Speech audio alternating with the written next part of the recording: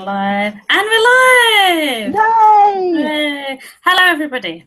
Today I'm going to be talking to the beautiful Antonina Andreeva, and the way that I've met Antonina is through a video challenge.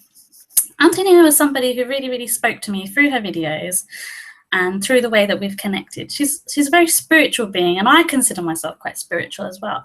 But Antonina is a coach for empathetic entrepreneurs, and that really kind of called to me because I'm a little bit sensitive, and I think that there is no one else out there like her, and I think we need to celebrate it and we need to share her gift with the world.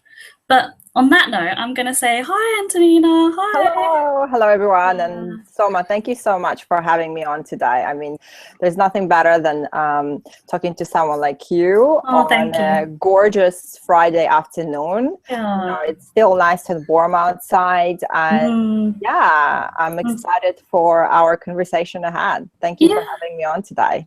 Yeah, thank you for joining me today, and I'm quite excited. So please tell us a little bit more about yourself. Okay. As you know, my name is Antonina. I'm 33. I think my most important job in this world is to be a human being.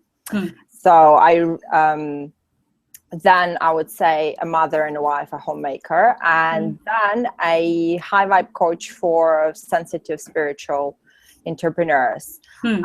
Especially those who are like me, are empathic and who are called to nurture and look after others, and who work and live from their hearts. So soul-centered businesses.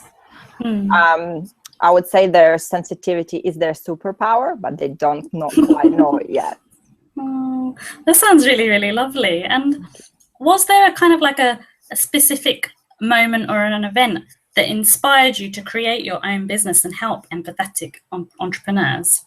Absolutely. I mean, this was born out of my own needs, shall we say. So when I was going on this journey of discovering my empathic side, I really would have liked to have somebody who would explain this to me or help me understand myself and this side of myself better.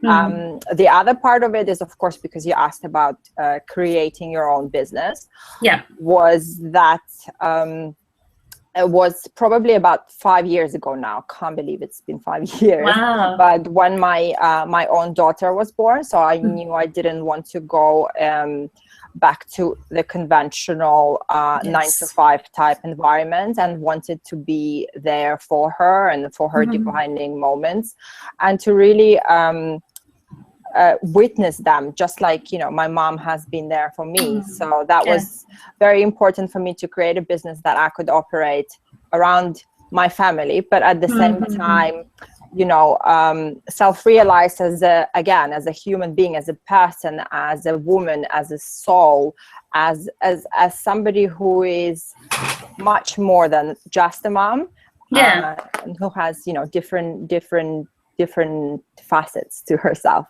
to her personality. So kind of making sure that basically that was a key significant thing, having your daughter. That was something that was really important. As an empath, but also as I guess as a career move as well.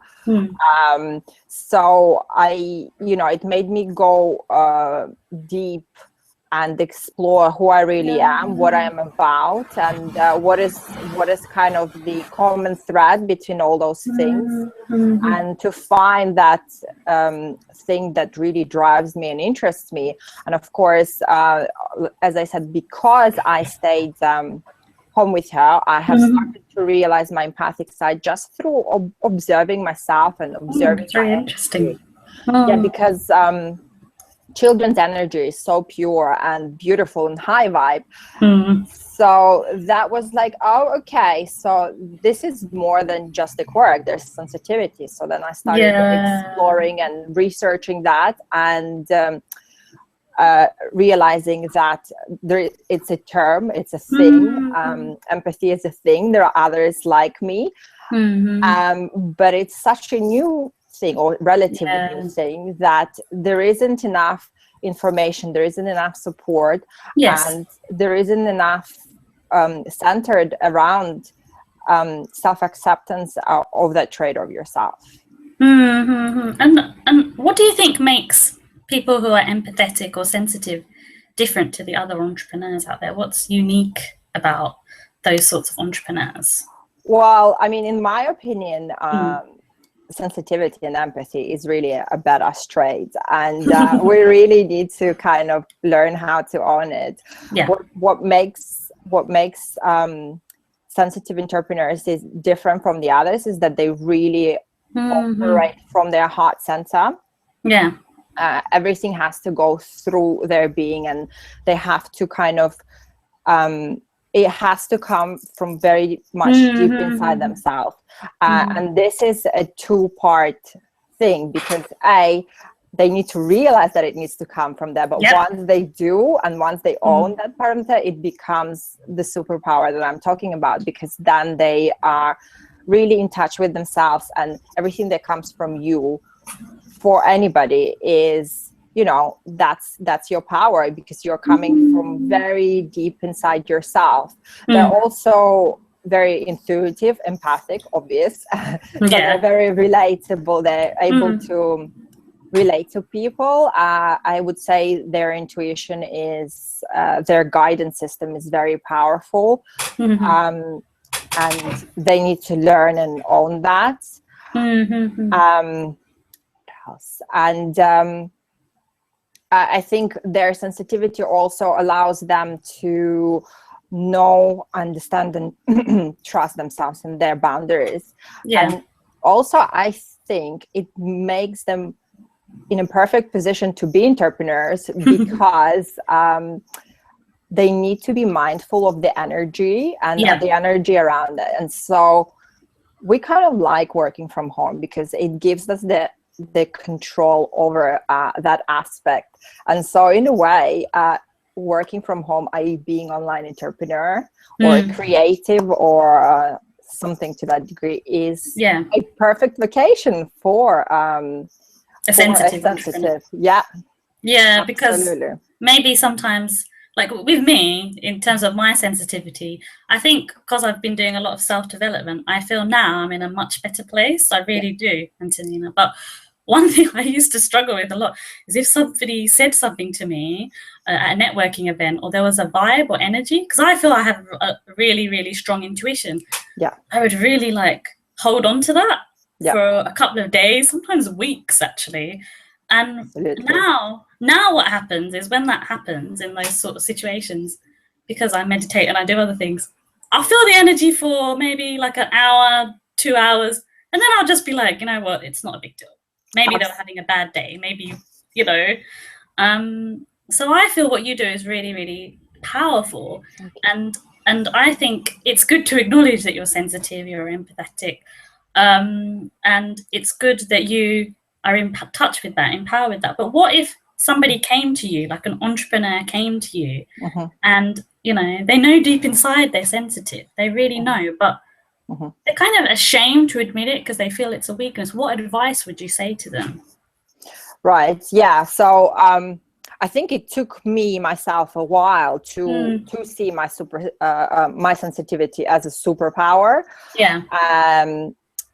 And I mean, in my own practice, it helps me to be the very best coach I can be, because it literally helps me to put myself in my clients' shoes. And understand their wants and their needs and their desires, and help to bring those to the surface. And I think also empathy obviously helps you to connect with people on a very deep level, which again just further helps our job as a coach and as a facilitator of change. To answer your question directly, what I would say to them is probably to try and flip that and to learn that, and to learn to recognize that any of our perceived flaws or weaknesses are actually there to serve our growth and our development. Just like with fears, if you fear something that is possibly something that you need to be paying attention to, our perceived flaw or weakness is there to serve our growth, whether it's personal, spiritual, business, or whatever. That's quite an interesting thing. I've never thought, like, basically kind of maybe going out of your comfort zone and doing things that you wouldn't normally do. Is that what you mean? Yeah, I mean, our weaknesses or flaws are what makes us us, what makes us imperfectly perfect individuals that we are. So really to kind of learn how to recognize that. I do know that it might take time, but once you do, then it does become something of an advantage. Like I said, it becomes where your power lies, where your power center is, and to operate from that, you're being true to yourself.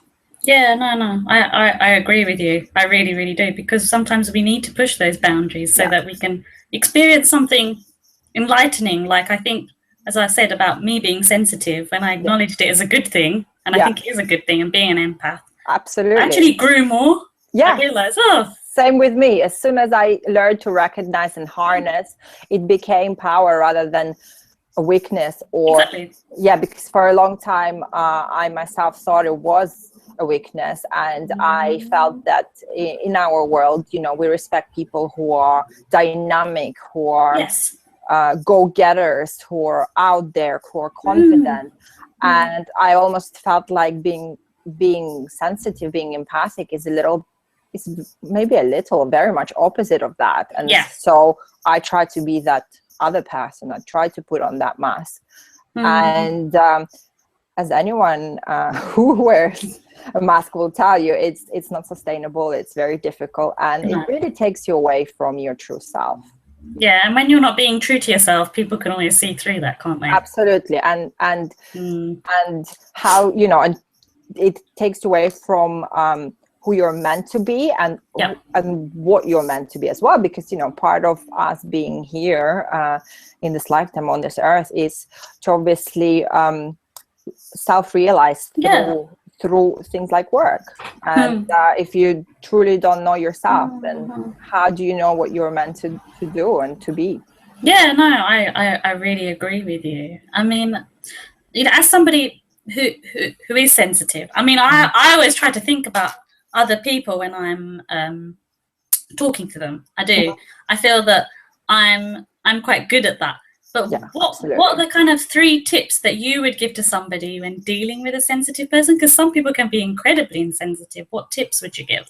Absolutely. And I think I want to thank you for that question. It was it's so thought-provoking, and it is really important to be aware of our sensitivity. So I think the things that I would recommend or tips that I would give to somebody who is dealing with sensitive people is respect their need for time and space. So as sensitive, we really need that time and space to process things, to process our feelings, to be able to distinguish whether or not what we are going through is ours, or is it something that we have taken on from the environment, from those around us, and someone else. So if a sensitive person goes quiet, don't take it personally. Most likely it's they're going through something, they're processing and trying to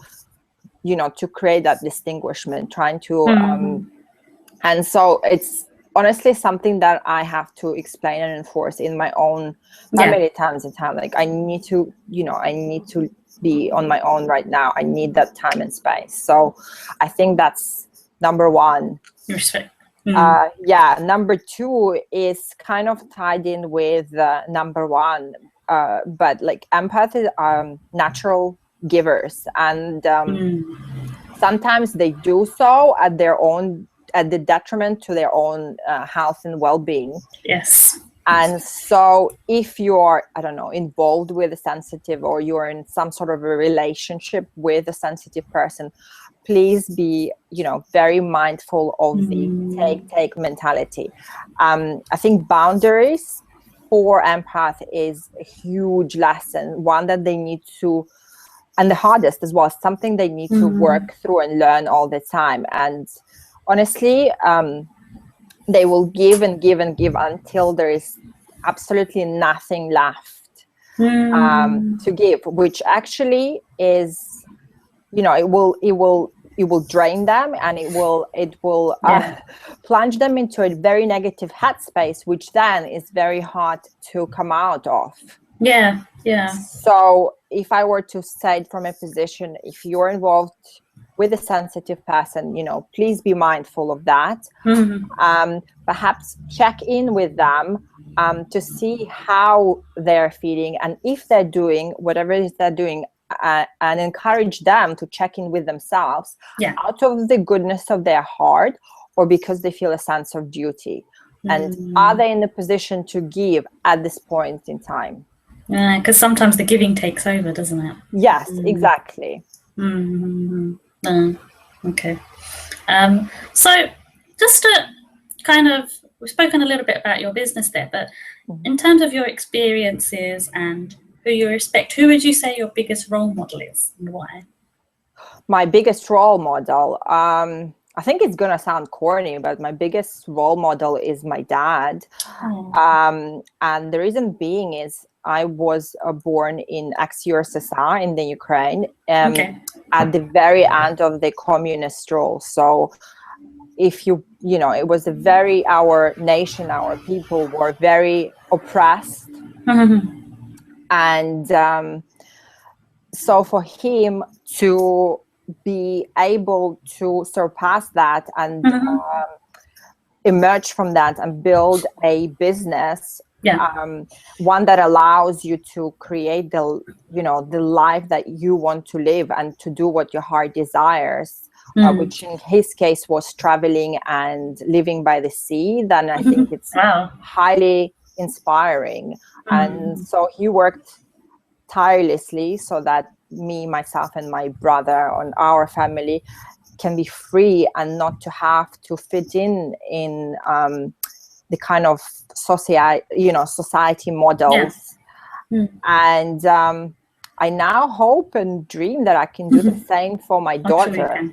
I mean, obviously, I did not think or see this in the beginning. All I wanted to do is be normal and be like everyone else. But I have to appreciate that really he was, an entrepreneur and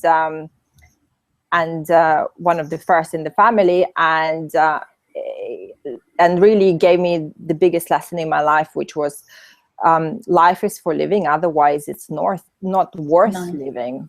It's not worth living. And, I think it's interesting what you're saying, because we should embrace our life. We should live it to the best of our abilities. Absolutely. And enjoy it and have fun with it. It's not just dreary. No, it's not dreary. It is what we make it. I believe that. Absolutely. Yes, absolutely. Of course. And that kind of ties in, because obviously your dad did, with the next question, your dad did what he was passionate about and what inspired him, and he taught you that value. It's a very important value. But what if you knew somebody, Antonina, who really hated what they did in their career and was unhappy? What would you say to them to help kind of motivate them? Sure. I mean, I would ask them or encourage them and support them to go inward and tell them that to help them to decide that from now on, it is their life, it is their decision, and they're completely in control of their life. I would also, my own advice would be to start viewing this getting to know yourself as you would, somebody that you met and you clicked that. I don't know if it's easier for you to think in terms of a connection, a friend, a lover, a crush. And start to really get to know that person on a deep level, but of course that person being yourself. And so start thinking, like, what do they like doing? What do they enjoy reading? What do they enjoy eating, watching? What did they love doing as a kid? So get to know yourself on a deep level, and what makes them I think, an important question to explore. What makes them lose all sense of time? Yeah. What gives them an instant energy rush? What really motivates them? What are they passionate about? So lots of questions. And I think at this point, it's very important to mention that, for goodness sake, hire a coach, hire somebody to work through this. Get a mentor. Like, don't do it alone, because it's very easy to, although this process is enjoyable, it's very easy to get lost in the process of overthinking, overanalyzing, and that becomes a hindrance because it immobilizes you. It is also hard at times to explore with people who you are deeply involved with, like friends and family, you know. So because you end up taking their perception, their opinion, and again, it will take a while to dig out of that. You need somebody, preferably a professional, somebody like yourself, Soma, to kind of talk through it with them, to reflect, to identify what needs work, you know, what are the areas that need growth. And you need to do that without necessarily also, you know, dissecting what goes on your grocery list, or what cousin Mary did the other day at the wedding, like that was out of order, or did you see how she, you know, without that it needs to be a very clear channel of communication and very positive but impartial advice, which is why which is why coaching is such a beautiful and amazing tool which should be utilized. No, I totally agree with you. And what you're saying about, you know, you get to know yourself.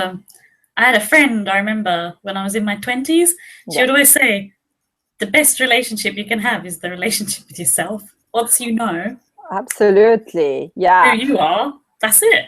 Exactly. And I mean, to that extent, I want to add that do not think of investing in yourself as a luxury, which I think we all did. Everyone who is on the path of self-development did in the beginning. And that you will do it that when you have the money. Because you can start right now, and you can start small. You can start by, you know, jumping on a discovery call. You can start by buying a book. You can start by trialing a session. There's so many ways. Otherwise, you know, come next year, you're going to be in exactly the same place, the same position, the same headspace, and it's going to be even harder because you're like, well, I could have potentially been over here, and you're going to be hoping and wishing and dreaming that something would change. And I've seen it with people that I've worked with who've stopped working with me. Absolutely. Oh, I've been through that myself, where you know, I would stop that path of continuing self-development, self-investment, and then boom, you're stuck. It's kind of like stuck in stalemate is what I call it. Absolutely. And then analysis paralysis kicks in, and then you're like, I don't know what to do. I don't know which way to go. And it's just a time waster. Honestly, like, coaching is one of the best investments I've made. Hence, I'm a coach. Because, and I truly did, before committing to doing the course, I have committed to going through it with a coach. And I only wish I have done it earlier, because, you know, I would have figured all of this out earlier. No, I totally agree with you. I think it's a great investment. And I think if you say you can't afford to pay for it, you're kind of talking yourself out of it in a way. Is what I think. And you learn so much about yourself, because the whole point is that the answers come from within. They kind of guide you, but the answers will come. They'll come from you. I remember a really good coach of mine said that I'm not giving you the answers, Soma. The answers are coming from you. Absolutely. It's just you're tuning into it. It's tuning into it's they're literally holding the space, a popular expression nowadays, for this knowledge, for this wisdom to come through. And with the right coach, I mean, the results are just nothing short of miraculous, because when there's that connection, it happens a lot faster, and the breakthrough just keep on coming.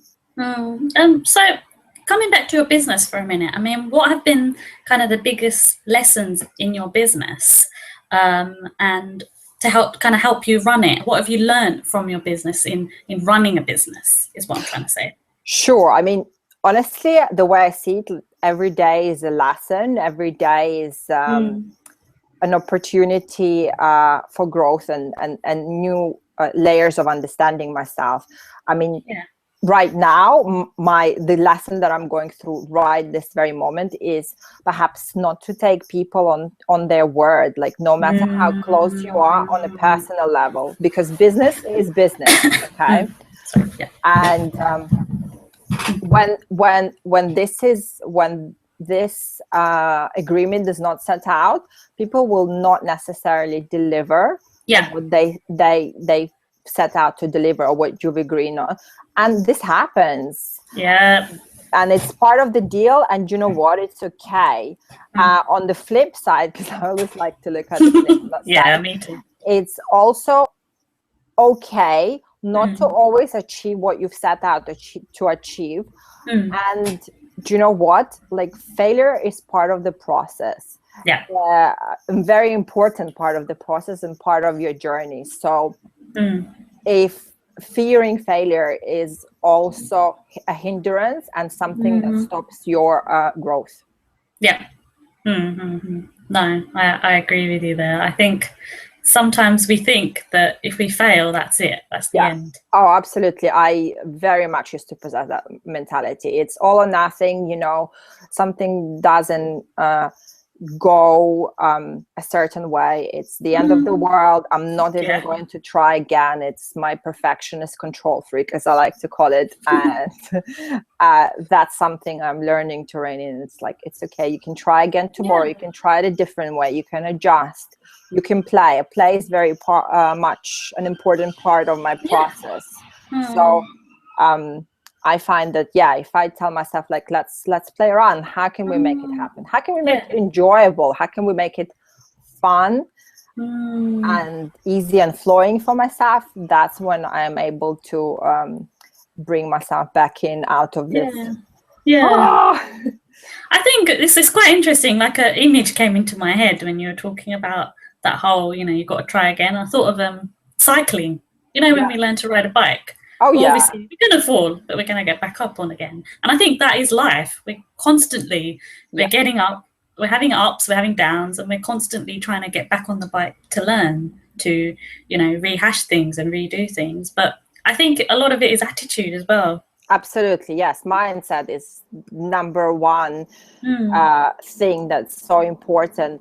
I think when it comes to running your business and entrepreneurship, literally, as you were saying about the bike, you're so absolutely right, because that's talking about mindset. Don't forget, we have been conditioned to pay attention to our mistakes, to our failures, to our misgivings from school. You know, they'll mark our work and point out where you have gone wrong. So it's a process of unraveling that and of unteaching yourself to see that it's just all part of the learning process. Like, you're just learning to be. You're just learning to be how you are and who you are. It's all part of the journey, as you say. Or learning how to ride the bike. Very nice analogy. You're right, because I think spinning was one of the things that helped me to do the kind of that continuation, you know. Continuous motion, just keep going. I don't know how, but I've just drew a parallel for myself there. I think we're all different, isn't it? For me, I don't know why that image came in my head. It just did. No, it's just perfect. So true. Exactly that. It just fitted in on all the times where I haven't passed something and I thought, oh wow, like driving test, for example. That's a prime example. Driving test. You know what? It took me, oh my God, it took me like 5 years to learn how to drive. I'm not ashamed to say that now, but I used to be terrified of driving. And sometimes it was about not getting the right driving instructor. My first one didn't even speak English. I mean, like, what was I thinking? Then it was being terrified. Then it was being terrified of not passing my test. And it's actually failing my test and being terrified that I'm never going to pass the test again. And I actually had to get I had to get some coaching over it. But then once I did, it was this huge breakthrough. Like you can do it, and it's all part of the process. Just because that's how I learned doesn't mean that somebody else will learn that very same way. So yes, very much an analogy to learning how to drive or operate something. Yeah, because at the end of the day, it's a skill. Like cooking is a skill, driving is a skill. And I think if you get bad, like you've mentioned instructors there, I had an instructor who said I would never pass. It was horrible. It was horrible. Like I was learning manual, and he said, "Oh, you're never going to learn manual. I drive automatic now. That's not the point. The point is that he said you're never going to. But guess what? I passed manual. Well, there you go. Exactly. But you see, it's your determination and your desire to do that carried you through. But it's another thing to be said for not helpful driving instructors. I'm sure not those, but definitely. I think every time we go through something, I mean, you've got a young child that you've brought into this world, and you're looking after, and you're being a good mum. It's all about teaching children the lessons that we know, that we know, but maybe sometimes what happens is until they actually go through it, they're just not going to get it. Absolutely. And I mean, helping to teach them obviously helps me to apply themselves, because I'm sure, as is the case with everybody else, my daughter is her own person. And so sometimes it's going against what she is. So it's finding ways of how she can take this in, because she happens to be sensitive and spirited at the same time. So it's an interesting combination to learn. But I have to say, she's my biggest teacher, because through her, it's me having to find how to give that information to her, how to empower her, and obviously learning myself. It teaches me a lot about myself. Mostly teaches me patience.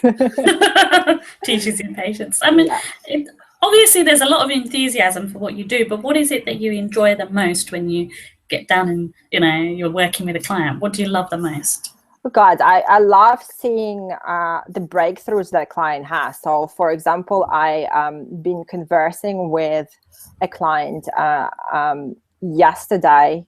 Yeah, it was yesterday. So just to kind of nail the favorite moment. And she is trying to understand and nail her message to the world, and what what her message is, what her angle is, what her niche is, and what she's giving to the world, like what's her position, what she's offering, what her offering is.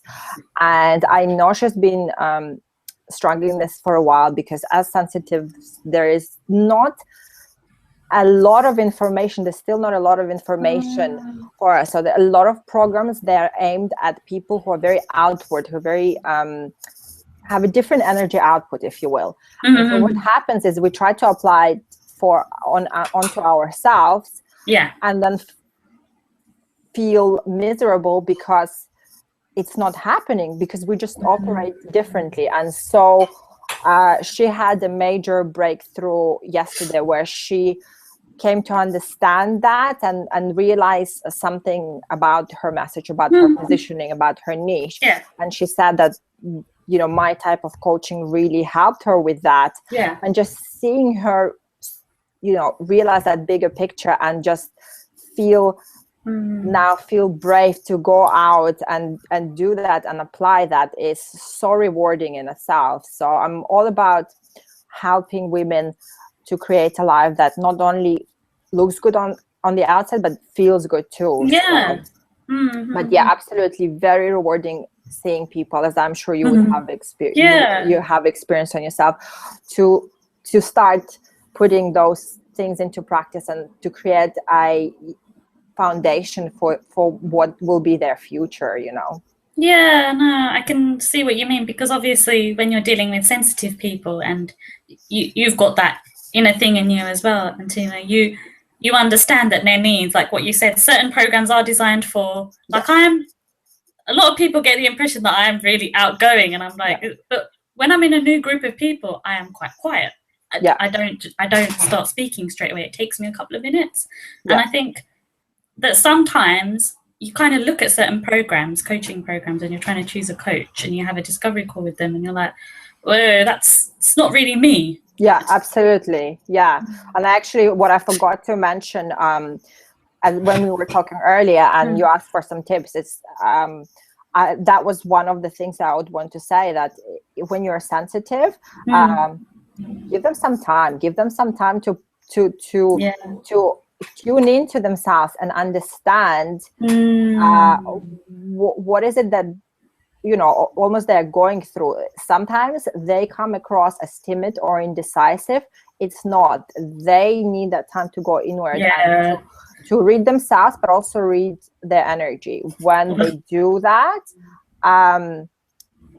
then this is where breakthroughs happen, because actually what they're doing is they're tuning into their intuition. And so they need time. They don't always need to be prodded and poked and like make a decision right now. It can be helpful, but it's not always. Not always. Sometimes it will drive people the other way. Exactly. That's what happened. That's what's happened in my experience. Yeah. So I find that the thing with a lot of the programs out there is, like I said, they're designed for an outward type of energy and to take action right now, whereas the sensitive needs to go inside, examine that, apply that to themselves, see if that fits, if it feels right, and then creates the output. And so a lot of programs out there do not cater for that part. And so we apply the program and then I haven't done it's literally because there needs to be a gap where the information comes in and settles and slips in. Because you've got to work on kind of the inside before you get the outside energy out, isn't it? Yeah, so balancing the inside and the outside is crucial. So it would be really, really great if you could kind of share a quote with us that you think would benefit people who are watching today. Okay. Do you know what? The one that comes to mind right now, I love my quotes, is this and this. I don't know who it belongs to. I had a medallion given to me as a present, and that was engraved on it. And it said, "To not dare is to have already lost." Oh, I like that. Yeah.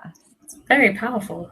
It is, isn't it? So everything starts from there. So say that again. To not dare. To not dare is to have already lost. So again, it's kind of going back to that whole going out of your comfort zone, tuning into intuition, and listening to what you should be doing as opposed to what you want to do. Because we all, I don't know about you, Antonina, but we all like to stay in our comfort zone, don't we? Absolutely, of course. But growth happens right on the outside or on the outskirts, or as a dear friend of mine calls it, in the tingle zone. So in the tingle, or the kind of the adrenaline zone. I mean, I remember one thing just to point out, because I think it will help people who are watching today. Is I remember telling a friend once that I was going to a networking event, and she goes, "Oh, so who are you going with?" And I go, "What do you mean, who am I going with? I'm going on my home." Yeah. And she looked at me like I was crazy. Like she goes, "Oh, but you don't know anybody. What if they're all a bunch of weirdos, or they're this or they're that?" And I'm like, "Well, if I don't go, how am I going to know?"